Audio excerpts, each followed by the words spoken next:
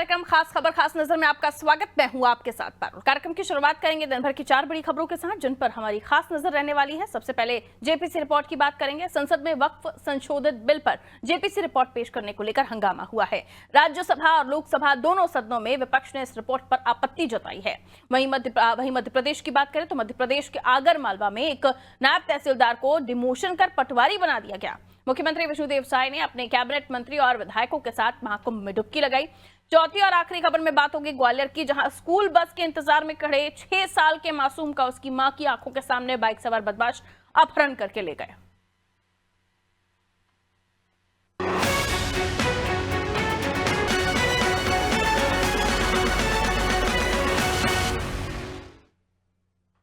और चलिए शुरुआत करते हैं पहली खबर के साथ। गुरुवार को संसद में वक्फ संशोधन बिल पर जेपीसी की रिपोर्ट को लेकर जमकर हंगामा देखने को मिला। बीजेपी सांसद जेपी नड्डा ने विपक्ष के रवैये को गैर जिम्मेदार बताते हुए उसकी निंदा की। नड्डा ने कहा कि विपक्ष का रवैया बहुत ही गैर जिम्मेदाराना है, जितनी भी निंदा की जाए कम है। वहीं कांग्रेस सांसद मल्लिकार्जुन खड़गे ने वक्फ बिल पर जेपीसी रिपोर्ट में विपक्षी सदस्यों के डिसेंट नोट को हटाने और नॉन स्टेक होल्डर्स की राय लिए जाने पर कड़ी आपत्ति जताई है।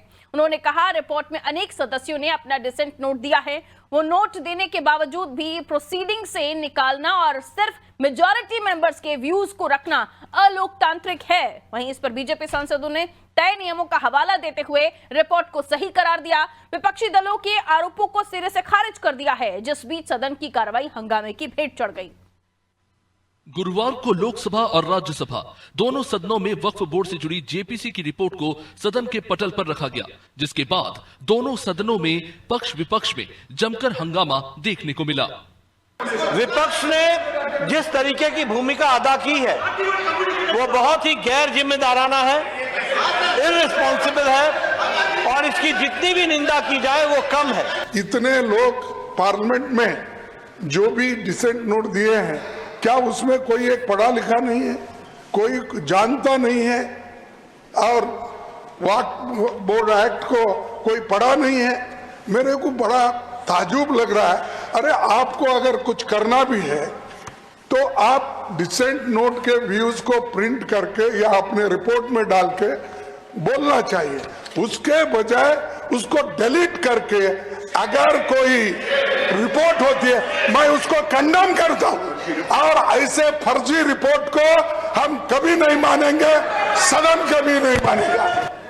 कि हमने अपना पक्ष रखा, हमारे पक्ष से आप सहमत हो सकते हैं, असहमत हो सकते हैं, लेकिन उसको कूड़ेदान में कैसे डाल सकते हैं? सारे पूरे सर एक मिनट सर, आप मेंबर्स को तो बोलने दीजिए। विविधता में एकता भारत की विशेषता है सर।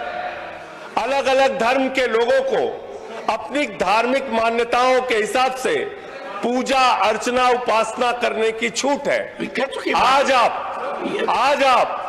आज आप वक्फ की संपत्तियों को कब्जा कर रहे हैं, कल गुरुद्वारा की करेंगे, फिर मंदिर की करेंगे, फिर चर्च की करेंगे।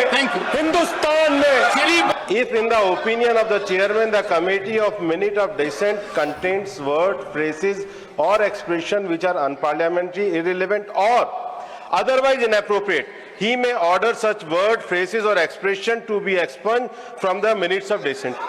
ये पावर तो रूल्स में दे रखी है और ये जो रूल्स की पावर है ये आपके समय के बने हुए।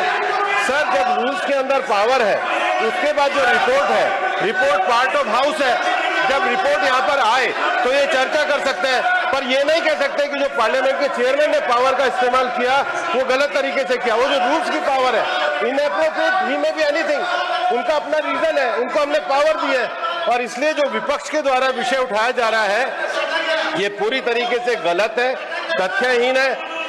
रिपोर्ट को रूल के हिसाब से तैयार किया गया है। अब ये डिस्टर्बेंस करना चाहे तो वो इनकी मर्जी है। All the dissent notes of the opposition parties are attached and placed on the record of the house. They can't mislead the house in this manner. This is very unfortunate, sir. I'll take note of it. Number one, sir. Number two, sir. In JPC, non-stakeholders were called. Minutes of meetings were not given, responses of witnesses were not provided, presentations were not provided, discussion among JPC members were not done, key issues like conflict of laws and Supreme Court judges were not dealt with. विपक्षी दल इस bill को फर्जी और असंवैधानिक बता रहे हैं, तो वही सरकार का कहना है कि नियमों के तहत ही रिपोर्ट बनाई गई है। फिलहाल तो वक्फ बोर्ड से जुड़ी इस रिपोर्ट पर जमकर बयानबाजी देखने को मिल रही है। तो जीपीसी रिपोर्ट में विपक्षी सदस्यों के डिसेंट नोट को हटाने और नॉन स्टेक होल्डर्स की राय लिए जाने पर कड़ी आपत्ति जताई गई है और कहा गया है कि रिपोर्ट में अनेक सदस्यों ने अपना डिसेंट नोट दिया है, वो नोट देने के बावजूद भी प्रोसीडिंग से निकालना और सिर्फ मेजॉरिटी मेंबर्स के व्यूज को रखना अलोकतांत्रिक है। बीजेपी ने भी संसदों में नियमों का हवाला दिया है और विपक्षी दलों के आरोपों को सिरे से खारिज कर दिया है, लेकिन इस बीच सदन की कार्रवाई हंगामे की भेंट चढ़ती हुई दिखाई दी। देखिए, वक्फ बोर्ड बिल को लेकर लंबे समय से चर्चा हो रही है और इसको लेकर जेपीसी भी गठित हुई, लेकिन ये कहा जा रहा है कि विपक्ष की तरफ से वक्फ बोर्ड बिल को लेकर कई तरह की बातें कही जा रही हैं और बीजेपी इसमें संशोधन करना चाहती है। आइए समझने की कोशिश करते हैं वक्फ बिल को लेकर जिस तरह की चर्चाएं हो रही हैं उस पर हमारे सहयोगी अभिषेक हमारे साथ जुड़े हुए हैं, उनसे हम बात कर लेते हैं। अभिषेक, जाहिर सी बात है इस रिपोर्ट में साफ तौर पर हमने दर्शकों को समझाने की कोशिश की कि क्या कुछ विवाद है, लेकिन विपक्ष की तरफ से लगातार वक्फ बिल को लेकर अपनी प्रतिक्रियाएं रखी जा रही है और अब संसद में इसको लेकर कहा जा रहा है कि नियमों का हवाला रखते हुए बीजेपी की तरफ से कहा जा रहा है कि नियमों को ध्यान में रखा गया है। वहीं खड़गे साहब कह रहे हैं कि नियमों को अनदेखा किया गया है, डिसेंट नोट को दरकिनार किया गया है। पार्लियामेंट्री कमेटी में इस मसले को भेजने का रीजन ये था कि ये जो तमाम सवालात उठ रहे हैं उस पर किसी समाधान तक पहुंचा जाए।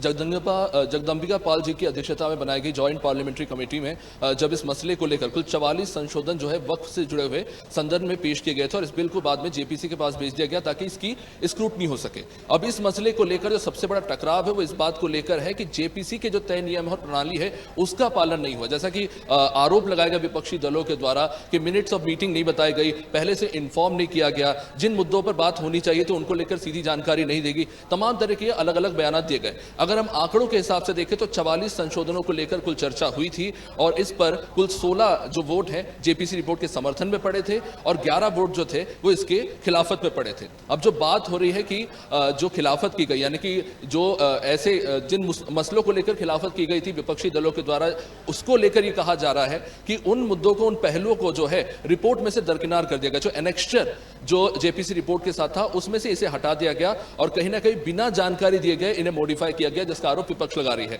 वही बीजेपी का यह कहना है कि हमने तय नियमों के हवाले से ही काम किया है। अध्यक्ष के पास यह अधिकार है कि अगर उन्हें लगता है कि इस रिपोर्ट एनेक्स्चर में कुछ ऐसी चीजें गैर जरूरी है या त्रुटिपूर्ण है या फिर अयोग्य है तो उनके पास अधिकार है कि वो उसे रिपोर्ट में से हटा सकते हैं। मोटा मोटी मसला दरअसल यह है कि वक्फ के पास जिस तरह के पहले के नियम थे उसमें एक तरह का एक पक्षीय अधिकार उनके पास था, क्योंकि अगर इससे पहले अगर आप देखें तो वक्फ अगर कह दे कि यह संपत्ति वक्फ की है तो उसकी सुनवाई सिर्फ ट्रिब्यूनल में हो सकती है। अगर कोई खिलाफत भी कर दे तो उसकी भी सुनवाई सिर्फ ट्रिब्यूनल में ही हो सकती है। लेकिन अब जो बड़े बदलाव किए गए हैं उनमें से पहला बदलाव यही है कि वक्फ अगर संपत्ति में दावा करती है तो उसकी सुनवाई सिर्फ ट्रिब्यूनल में नहीं हाईकोर्ट में भी हो सकती है। उसके अलावा अगर कोई इस फैसले का विरोध करता, कोई आपत्ति जताता है कि यह संपत्ति वक्फ की नहीं है तो सिर्फ ट्रिब्यूनल के हवाले नहीं बल्कि आप कोर्ट में भी अपील दायर कर सकते हो। उसके अलावा इससे पहले नियम यह था कि किसी भी इस्लामिक इंस्टीट्यूट, चाहे वो मदरसा हो या मस्जिद हो, अगर वो कहीं पे स्थापित है, अगर वो वक्फ की जमीन नहीं भी है तो बाय डिफॉल्ट वक्फ की हो जाएगी और आप इस पर कोई सवाल उठा भी नहीं पाएंगे। लेकिन इस नियम में अब बदलाव किया गया है कि अगर ये संपत्ति को लेकर वक्फ अगर सबूत पेश नहीं कर पाता है तो भले ही उस पर मस्जिद क्यों ना बनी हो लेकिन वो संपत्ति वक्फ की नहीं मानी जाएगी। एक और जो संशोधन किया गया है वो बोर्ड के अंदर संशोधन किया गया कि अब तक ये था कि बोर्ड में सिर्फ इस्लामिक धर्म से जुड़े हुए लोग ही शामिल हो सकते थे। इसमें अब एक बड़ा बदलाव किया गया है, इसमें गैर इस्लामिक मेंबर्स भी, इनकी संख्या 2 होगी, शामिल हो सकते हैं और ये महिलाएं भी हो सकती हैं। तो ये जो तमाम ऐसे पहलू है उसको लेकर कहीं ना कहीं एक समुदाय को लगता है कि उनके अधिकार छीने जा रहे हैं। वही दूसरी तरफ कहा यह जा रहा है कि इन नियमों का संशोधन करके वक्फ में जो है बोर्ड को जो है और बेहतर और पारदर्शी बनाया जा रहा है और जो एक तरीके से कह सकते हैं कि एक पक्षीय कार्रवाई होती थी और जमीनें हड़प ली जाती थी, कहीं ना कहीं इस बिल के जरिए और संशोधनों के जरिए इस पे रोक लगेगी। बिल्कुल, बहुत शुक्रिया अभिषेक जानकारी के लिए।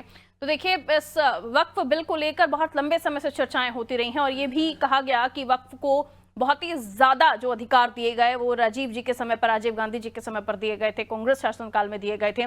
जिसके बाद ये सच है कि वक्फ अगर कह दे कि ये जमीन उसकी है तो ट्रिब्यूनल में ही आपको शिकायत भी करनी है, ट्रिब्यूनल ही दावा कर रहा है और उसके बाद इसे काफी लंबे समय से इसे संशोधित करने की मांग की जा रही थी, लेकिन अब फाइनली जेपीसी में इसको रखा गया, जिसके बाद कुछ संशोधन करने की बात सामने आई। लेकिन विपक्ष की तरफ से आरोप है कि नियमों को अनदेखा करके ये सब कुछ किया जा रहा है।